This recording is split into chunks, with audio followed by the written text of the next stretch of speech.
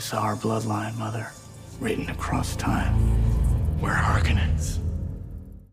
Welcome back, everyone. It's Charlie. This will be my full Dune Prophecy Episode 5 video. There are a whole bunch of Easter eggs and references, a couple big reveals, especially who Desmond Hart really is, confirming a couple big theories, and I think it's actually a brand new character not from Dune lore, so we'll break it all down. If you're brand new to the channel, be sure to subscribe to get all the videos.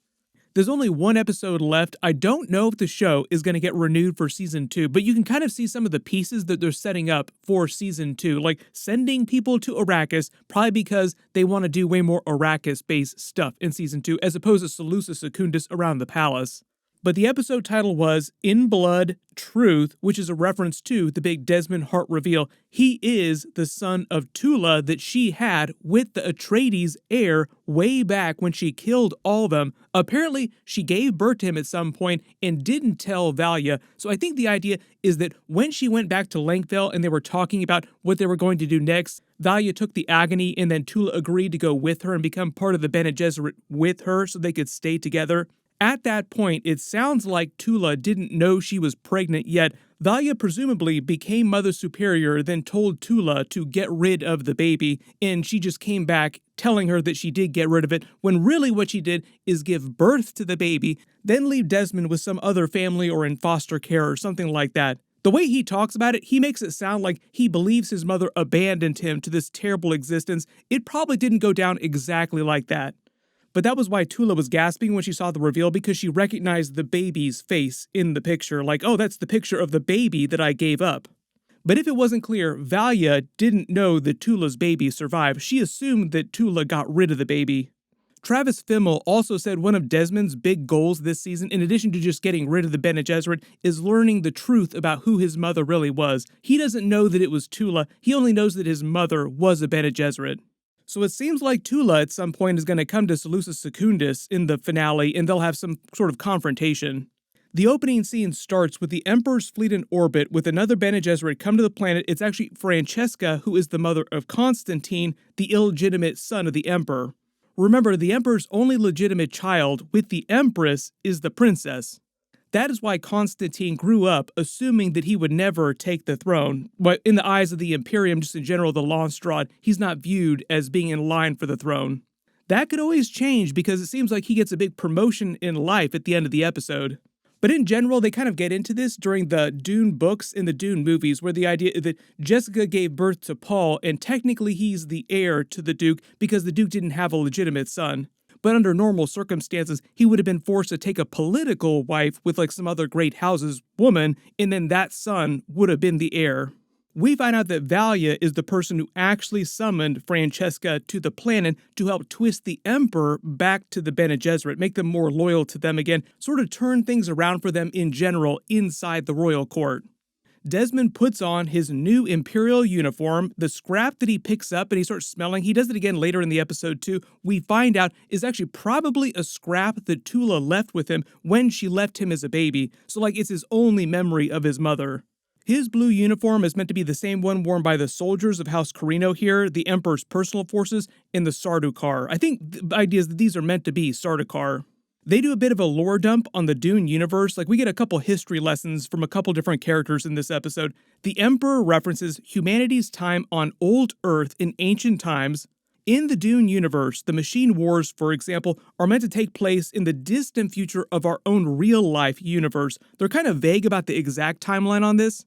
But imagine the present day of the show is about 10,000 years in our own real-life future, and the events of the movies are like 10,000 years beyond that. So like the events of the movies right now with Paul Atreides are like 20,000 years in our own real-life future. It's implied at some point long before, like thousands and thousands of years before the Machine Wars, humanity left Earth to colonize the universe, slowly spread out over time, evolving to the time of the Titans, then the Machine Wars, and so on and so forth. By the time of Paul Atreides, most people in the universe think of Earth as a myth, like that's how long it's been since people have actually been to Earth. When his son Leto II comes along and becomes God Emperor of the universe, his genetic memory allows him to recall old songs and stories that were told when humanity still lived on Earth, because House Atreides' origins are on Earth. And because the Bene Gesserit have so many ancient things, they also have drawings of Earth all over the place. When they wrote the Orange Catholic Bible, it's also said to have been assembled on Earth right after the Machine Wars. The Orange Catholic Bible was meant to be a fusion of all the religions from Earth's history too. It's the Bene Gesserit book that Desmond was burning last week, and it's the same book that Valya was reading at the Harkonnens. He names him his new Bashar, which is like the Sardaukar equivalent of a colonel, leading them around the capital looking for rebels. That's what all these ships are for. Tells him to leave the Imperial fleet in orbit longer as opposed to protecting trade routes against pirates and going back to Arrakis. This is also for plot reasons too, so that the Emperor can name Constantine the leader of his new fleet and then send them to Arrakis. So like Constantine is on his way to Arrakis by season 2. Like I said, they really want to position the main characters more around Arrakis for season 2, like way more of Arrakis stuff there. If it does wind up getting a season 2, we should say. Then when Francesca enters, notice everybody's reactions. So the Emperor seems like he's still completely in love with her. They're giving a lot of Jessica and Leto Atreides vibes, like she's the person that he really fell in love with, and he only married the Empress for political reasons, which sounds like a lot of royal marriages across history. And look at the Empress face, she has death written all over her, like she wants to laser Francesca to the ground. She basically wears a face like this for the entire episode, like anytime she's in a room with Francesca. The Emperor's so smitten with Francesca, he doesn't even notice that the Empress is staring daggers at both of them. It is literally the distracted boyfriend meme. Constantine apologizes for pussing out on the princess, the Lance Rod. His arc feels like it's building to some call to action, right like the end of the episode where he finds Kieran and then arrests him and gets the promotion from the Emperor. Daddy's finally proud, like Papa is finally proud of me. Pretty much everybody on the series has either a daddy issue or a mommy issue. Like we just found out that Desmond has a huge mommy issue. Back at the Bene Gesserit, they practice managing pain using the open flames. They have the ability to transform the sensation of pain so their bodies don't actually feel the burning of their skin. I think it's meant to foreshadow the Gom Jabbar test with the pain box, the whole mantra about pain and fear in general. That also plays in later in the episode too, when they talk about the Omnius virus. Don't worry, we'll get into that too. There's a lot of lore in this episode. Jen keeps speaking out against the Order and the nightmares they've all been having. Remember, she's immune to them. They don't know why, but later because of the reveal of the Omnius virus, I think they're implying that she's immune somehow to the techno-organic virus of the thinking machines. Like on a biological level, she's just immune to a virus. It just happens to be a techno-organic virus. Tula, realizing her immunity, takes her to help with Lila. Back at the palace, the painting that Francesca is looking at I think is meant to be of the first Emperor Corrino after the Machine Wars with his concubine. I think it's also meant to be based on a real-life painting too. But it's mostly meant to mirror her current situation in present day, where like she is the Emperor's concubine essentially, like Lady Jessica and Leto Atreides during the movies. Constantine walks in and she acts a little bit more like Jessica does with Paul Atreides, acting more like an actual mother doting on her son. We get a little bit of an info dump on her character too through their conversations because like she's just joined the story. We don't know anything about her yet. He's mentioned she's been posted on the other side of the universe for a long time, probably at the Empress's request, although technically the Bene Gesserit sort of manipulate everything on this behind the scenes level, so the Bene Gesserit probably moved her to the other side of the universe. She didn't know that Kasha died either. Apparently the Bene Gesserit compartmentalize information so much that they don't inform the entire order when something like this happens. Given how cloak and dagger they are, this makes sense that not everybody would get the same information at the same time. Valya also implies that she was basically keeping Francesca in her back pocket away from the Emperor so that she would have a contingency to use against the Emperor if she needed to bring Francesca back because of the whole biological imprinting that they revealed during the episode. Like a long time ago, after Valya became Mother Superior, they planted Francesca with the Emperor as a sort of honeypot long-term plan. They keep showing us all these objects on Desmond's desk. I'm not sure what some of these are, such as artifacts from across Salusa Secundus, probably across the Empire just as well.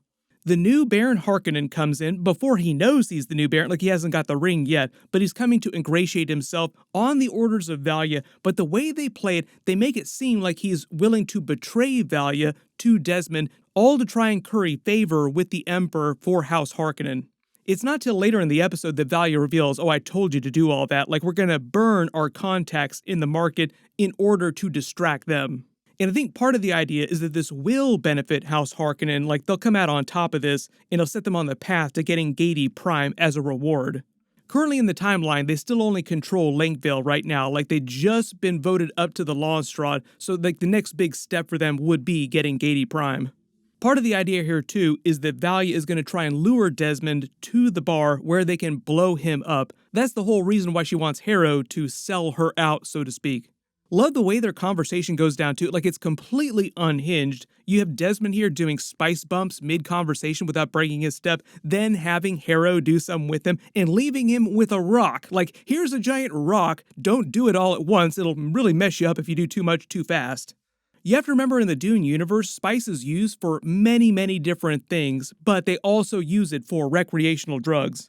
Valia then tells Francesca to win the Emperor back by honeypotting him even more using the biological imprinting that she laid on him back when they were together when they were much younger. Basically telling Francesca to get it on with the Emperor on the regular now. Mission accomplished because they start doing that at the end of the episode. She also gives Francesca the idea to convince the Emperor to appoint Constantine the commander of his fleet. You have to think of Constantine as another long-term contingency plan for the Bene Gesserit, someone that they can control, and theoretically, the Emperor could always legitimize him, and he could wind up on the throne too, but we don't know how that's going to play out. This whole scene of Desmond and Kieran together probably meant to foreshadow their confrontation during the finale once they start interrogating him. Also to set up this moment at the end of the episode with Constantine finding the schematics inside his locker. Kieran uses this as an excuse to go to the bar to warn the rest of the rebels, who is literally a Bene Gesserit, putting bombs all over the bar. Her whole conversation about him never being able to become the man that he's pretending to be, an upstanding member of House Atreides who's respected by the Emperor in a position of some power, is probably just to continue his arc with the princess who uses her truth saying on him at the end of the episode, making him come off in a much better light, like she seems very sympathetic to his cause at the end of the episode.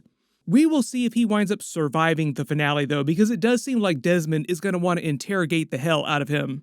Jen then talks to Lila about the prophecy, the reckoning, when she says if it succeeds, humanity will backslide and ultimately self-destruct, and she talks about watching the prophecy, she's talking about Desmond Hart. Then revealing that it's actually Mother Raquella who's talking to her, taking control of Lila's body, who then gives them all a tutorial in the reckoning, with some funny moments like young girl's body talking to Tula, older woman, as if she's still a young schoolgirl. Look at the mess you've made of my laboratory here. There are a couple reveals between them here. Tula tells Raquella that Valia never reconciled with Dorothea. Without saying it out loud, I think Raquella got the deeper meaning, like, oh, yeah, Valia would have probably killed her then, so R.I.P. to my granddaughter. She also claims she's seen Desmond's burning ability before during the Machine War, leading to the Thinking Machine virus reveal. Raquella mentions the Omnius plague. Omnius was the leader of the Thinking Machines, an advanced AI that conquered the universe, claiming that the Thinking Machines developed a pathogen that infected people's livers, a techno-organic virus basically, and this one, in Kasha, was infecting her brain, particularly the fear center of her brain. This actually feels like it's leading towards the developing of the Bene Gesserit mantra about fear that they speak during the movies. Fear is the mind killer. Fear is the little death that brings obliteration. Raquella then claims that it's an airborne virus, explaining how Desmond spread it around to different people. What's not clear is exactly how he triggers it to actually start burning them. There's a lot of theories that there's some sort of thinking machine at play behind this, like a thinking machine might be controlling Desmond, forcing him to do all these things. Back at the Harkonnens, Harrow staring at the portrait of Lengvale is meant to echo his conversation with Desmond about tracking down the whale pirates to the market, and the idea that he's about to take their uncle, now dead, to their family tomb back on Lengvale, where we saw Valia and Tula burying their brother. She gives him the Ring of the Baron, and the look of surprise on his face makes it seem like he wasn't expecting to get this right in this moment. But he knew that his great-uncle died, so he knew at some point another Baron was going to be selected, and it was probably going to wind up being him. It's not totally clear if he knows that Valia killed him, but his smile makes it seem like he suspects that she had something to do with him dying. When she talks to Harrow about Francesca actually imprinting on the Emperor and the bond that it forms between them, the way the showrunners, the writers explain this, is this actual literal biomolecular bond. Like, it's not just an emotional thing, there's an actual biological component to the Bene Gesserit's ability to imprint on another person. I think the idea is that it just causes him to be even more in love and more susceptible to Francesca's suggestion. It'd be kind of like having a really, really powerful pheromone that goes way beyond what normal people will be able to give off. but just for a single special person, like she literally imprinted on him. This is why right after this, Francesca gives the Emperor, quote-unquote, gives him the idea to give Constantine a big promotion. When Avila calls Lila an abomination, that's also a reference to the future books in Dune Part 2 with Alia Atreides. We got a couple scenes of her. She'll be a bigger character in Dune Part 3, but abomination is what the Bene Gesserit calls someone who's been corrupted by the memories of their ancestors, which is literally what's happened to Lila here. No spoilers for Dune Part 3 or what happens beyond like Children of Dune or any of Alia Atreides' storyline. When she tells him that God created Arrakis to train the faithful, that's something that's said in the books. The idea is that Arrakis is meant to be so harsh that you have to be strong to survive, strong in will and strong in faith. In reality, though, the Bene Gesserit were responsible for seeding most of the religious beliefs on Arrakis, so part of the irony here is that she's probably quoting Bene Gesserit dogma to him, and it makes sense because she was trained as a Bene Gesserit and then planted on Arrakis, and then eventually worked her way back here to Seleucus Secundus. So she started out as a Bene Gesserit, then basically went to Arrakis, and it sounds like she's more sympathetic to the Fremen now, but she's still a Bene Gesserit. It's meant to give you vibes of Lady Jessica when they join the Fremen, and she starts to be more loyal to Paul and what they're doing with the Fremen than she is to the actual Bene Gesserit order. Notice Desmond found the Bene Gesserit robes in the spice canister, the connection that he was looking for, tying the rebels to the Bene Gesserit. Kieran also discovers that the bartender is Bene Gesserit, gets really pissed off about that.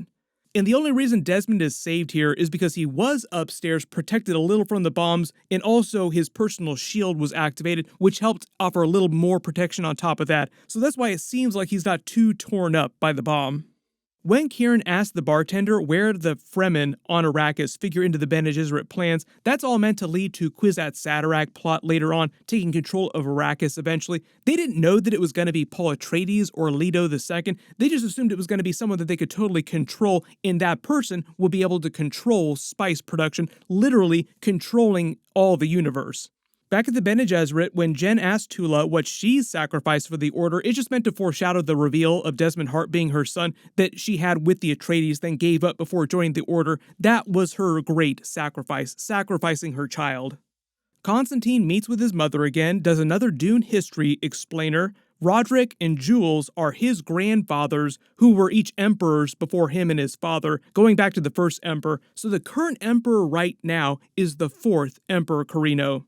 When he says the Butlers before them, the Butlers are the Corrinos. They just changed their family name after the Machine Wars because the battle against machines was won on the planet Corrin. Like the final battle was called the Battle of Corrin. Their family led the war against the thinking machines. That's why in the books it's referred to as the Butlerian Jihad, because the Butlers started it. Their grand plan that he mentions is basically the creation of the Kwisatz Haderach with the ultimate goal of leading humanity down the golden path, the best possible future for humanity.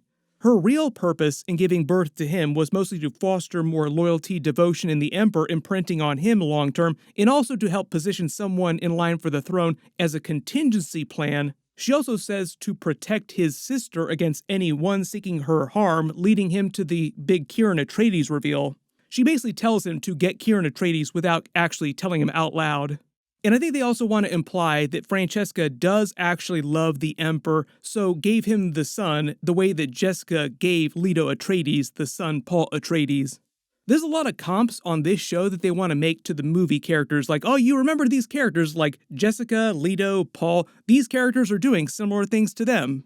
But then Constantine finds the schematics in Kieran's locker. Papa's going to be so proud that he caught the traitor, capable of incriminating the Bene Gesserit for Desmond too in the finale. Valia then claims she also has another contingency plan for Desmond when she learns that he survived. Maybe that's because Valia has already figured out that he's Tula's son and plans to use that against him. Maybe she'll order Tula to kill him herself. Like, the whole conflict on the series has been Bene Gesserit loyalty or loyalty to family. Like, who are you more loyal to? So I think that's going to be Tula's big battle in the finale. Is she's more loyal to the son that she had to give up? Will she spare him again? Or will she be more loyal to her sister in the Bene Gesserit and kill him? All depends on whether or not you think Travis Fimmel is going to be in Season 2. If they do get a Season 2, I would not be surprised if he does come back. It'd be a bummer if they kill him off in the finale, because he is one of the more interesting characters on the show right now. Please don't Ned Stark Travis Fimmel HBO in Dune Prophecy. We don't need another version of that.